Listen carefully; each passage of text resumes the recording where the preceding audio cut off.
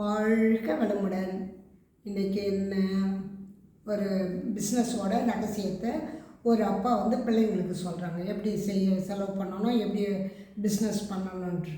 அப்போ அவர் சொல்லுவார், முதல் இது ரகசியம் என்னன்னா, நிழலில் போயிட்டு நிழலில் வரணும் அப்படின்வார். அப்படியா அப்படின்வான். சரின்வான். ரெண்டாவதுன்னா, பணத்தை என்ன கடன் கேட்குறவங்க கொடு, ஆனால் திருப்பி கேட்காத அப்படின்வார். சரின்வார். மூணாவது என்ன, அதிக விலைக்கு வாங்கி கம்மி விலைக்கு விற்றுரு, ஒவ்வொரு பொருளும் அப்படி விற்றுருப்பா அப்படின்வாங்க. சரின்னுவாங்க. இவங்க புரிஞ்சுக்கிந்து இது மாதிரி அது மாதிரி வாங்கி இருக்கிற பணத்தை கடன் கொடுப்பாங்க, திரும்பி வராது, அதிக விலைக்கு வாங்குவாங்க, கம்மி விலைக்கு வச்சா அதில் குறைஞ்சிடுது.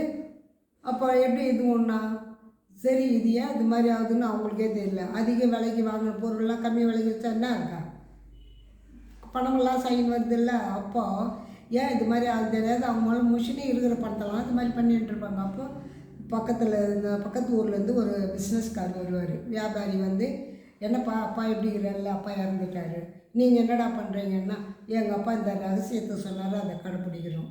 ஐயோ பசங்களே, அவர் சொன்ன வார்த்தை கரெக்ட் தான், நீங்கள் புரிஞ்சுக்கிந்து வேறு மாதிரி புரிஞ்சுக்கினீங்க. அதுக்கு ஒன்றும் இல்லைப்பா.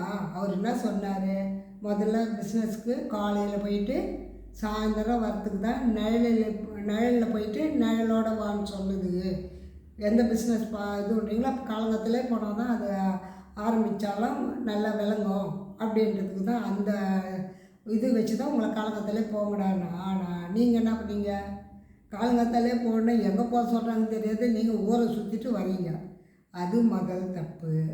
ரெண்டாவது என்ன, அவர் தானே பணம் வந்து எல்லோரும் கொடுக்க சொன்னார், கேட்டவங்களாம் கொடுக்க சொன்னார். அடுத்து என்ன சொன்னார்னா, கேட்டவங்களுக்கு கொடு, ஆனால் நீ திருப்பி கேட்காதன்னாரு.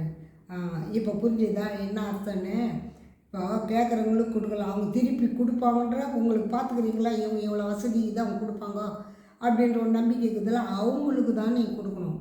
அவங்க கேட்டவங்களாம் கொடுன்னா ஒன்றும் இல்லாத வந்து கேட்குறேன், எனக்கு ஒரு 1000 கொடு 2000 கொடுன்னா திருப்பி கொடுக்க முடியாது அவனால். அப்போது நீ கொடுத்துட்டு எப்படி வரும் திரும்பி? இப்போ இதில் ஒரு லாஸ் ஆகிடுதா? முதல்ல அதில் லாஸ் ஆகுது, போகிறத ஊரை சுற்றிட்டு வந்ததில் லாஸ் ஆச்சு. ரெண்டாவது இதில் லாஸ் ஆச்சு.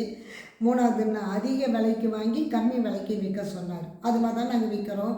இப்போ இவ்வளோ பணம் போயிடுச்சுன்னா ஒன்றும் இல்லைப்பா, ஹோல்சேல் கடைக்கு போயிட்டு மொத்தமாக பொருள் வாங்கினீங்களா, வாங்கிட்டு வந்து வீட்டில் அதை கணக்கு போடுங்க, போட்டு அதை சிறு சின்னதாக பேக்கெட் பண்ணுங்க. அப்போ என்ன, அது அதிக விலைக்கு வாங்கி கம்மி விலைக்கு கொடுக்குறது அது அர்த்தம் அப்படின்னா. அப்படியா பெரியவரே, எனக்கு தெரியாது, இனி நாங்கள் தொடர்ந்து செய்கிறோம். அப்போ ஆமாம், நீ இதை செய்து பாரு, ஒரே மாதத்தில் நீங்கள் வந்து இழந்ததை பாதியாவது அடைந்துடுங்க அப்படின்னு. எப்போவுமே ஒரு சொன்னால் அது வந்து உள்ள அர்த்தம் பார்க்கணும். சும்மா நானும் சொன்னேன் அந்த அர்த்தம் புரியாமல் செலவு பண்ணால் என்ன ஆகும்? அது மாதிரி தான் நம்ம வாழ்க்கையும். சொல்கிறது ஒன்று, செய்கிறது ஒன்று, நடக்கிறது ஒன்று. அதுதான் எண்ணம். என்றீங்களா எண்ணம், சொல்கிறீங்களா சொல், எண்ணம் சொல், நடக்குதுன்னா செயல். அப்போ நீங்கள் ஒவ்வொன்றத்தையும் விழிப்புணர்வோடு பேசணும். என்றதே வந்து நல்லது எண்ணணும். இதை செஞ்சால் நமக்கு முற்காலத்தில் பிற்காலத்திலோ நன்மையோ தீமையோன்னு முதல்ல யோசனை பண்ணிவிட்டு, இதனால் இது நமக்கு பிற்காலத்தில் நன்மை தான் நடக்கும் அப்படின்ற ஒரு எண்ணம் புரிதல் வந்த பிறகு அந்த பொருளை என்ன பண்ணலான்னு ஒரு சிந்தனை பண்ணி அதை செய்யுங்க. இது விழிப்புணர்வில் செஞ்சால் தான் அதனோட விளைவு தெரியும். இப்போ அவனுக்கு சொல்ல பாரு, அப்பாவோட ரகசியம் தெரியாமல் தப்பாக புரிஞ்சுன்னு இதுவே தானே. அது மாதிரி பண்ணால் ஐயோ நாளைக்கு வருங்காலத்துக்கு ஓணும்னு நீங்கள் சேர்க்குறீங்க. ஆனால் உடல் உழைப்பு போடுதா, சரீர உழைப்பு போடுதா, அதை புரிஞ்சாமல் கணக்கு போடாமல் சேர்த்து வச்சுருங்களா. ஆனால் தூக்கம் வருதா, வரலையா, எண்ணம் சேர்த்து வச்சுட்டு என்ன பண்ணும், இதுவே செயல்கிறதுனா அது தூங்க விடல. அதுக்கு தான் சொல்கிறேன், எதுவுமே சம்பாதிங்க வேணாம்னு சொல்ல, அளவோடு செய்யுங்க. உடம்பு இருக்கிற வரையும் தான் எதையுமே சாதிக்க முடியும். அந்த உடம்பு முதல்ல ஆரோக்கியமாக வச்சுக்கோங்க. ரெண்டாவது உழைப்பு, எல்லாமே உழைப்பு ஓரளவு. அந்த காலத்தில் எதுக்கு சொன்னாங்க கிறிஸ்டின்லாம், வாரத்துக்கு ஒரு நாள் லீவ் விட்டதுக்கான ஃபுல் ரெஸ்ட்டு எடுத்தான்.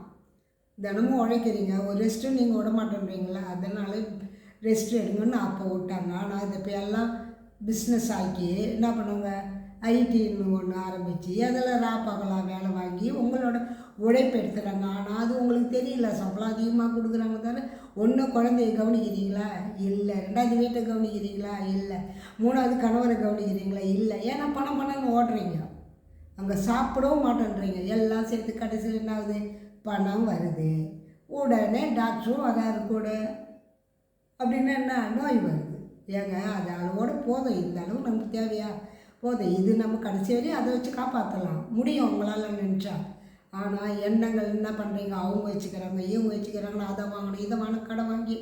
ஏங்க வீடு நமக்குன்னு வரணும்னா வரும். அதுக்கோசம் நீ கவலைப்படாதுங்க. இருக்கிற வாடகை வீட்டில் சந்தோஷமாக இருக்குமா பாருங்கள். அதுதாங்க முன்ன முக்கியம். சந்தோஷம்தான் முக்கியம்.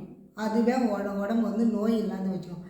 பிள்ளைங்களோட உட்காந்து பேசுங்க. சாப்பிடும்போது எல்லாம் ஒன்றா உட்காந்து சாப்பிடுங்க. அதனோட இது லைஃப்பில் வந்து நிறைய கிடையாது. அந்த காலத்தில் எல்லாம் எதுக்கு உட்காந்தாலும் அந்த பாசன்றதுக்கு தான். சாப்பிடும்போது எல்லோரும் உட்காருங்க. அப்போ தெரியல இந்த சாப்பாடு இவனுக்கு கொஞ்சம் அதிகமாக சாப்பிட்றான், அவனுக்கு கொஞ்சம் வைக்கணும் அப்படின்ற ஒரு எண்ணம் வருது. இல்லை அவனுக்கு கொஞ்சம் அதிகமாக வைக்கலாம், இவங்களுக்கு இது வைக்கலான்றது. மீதி இருக்கிறத நீங்கள் சாப்பிட்றோங்க அந்த மாதிரி.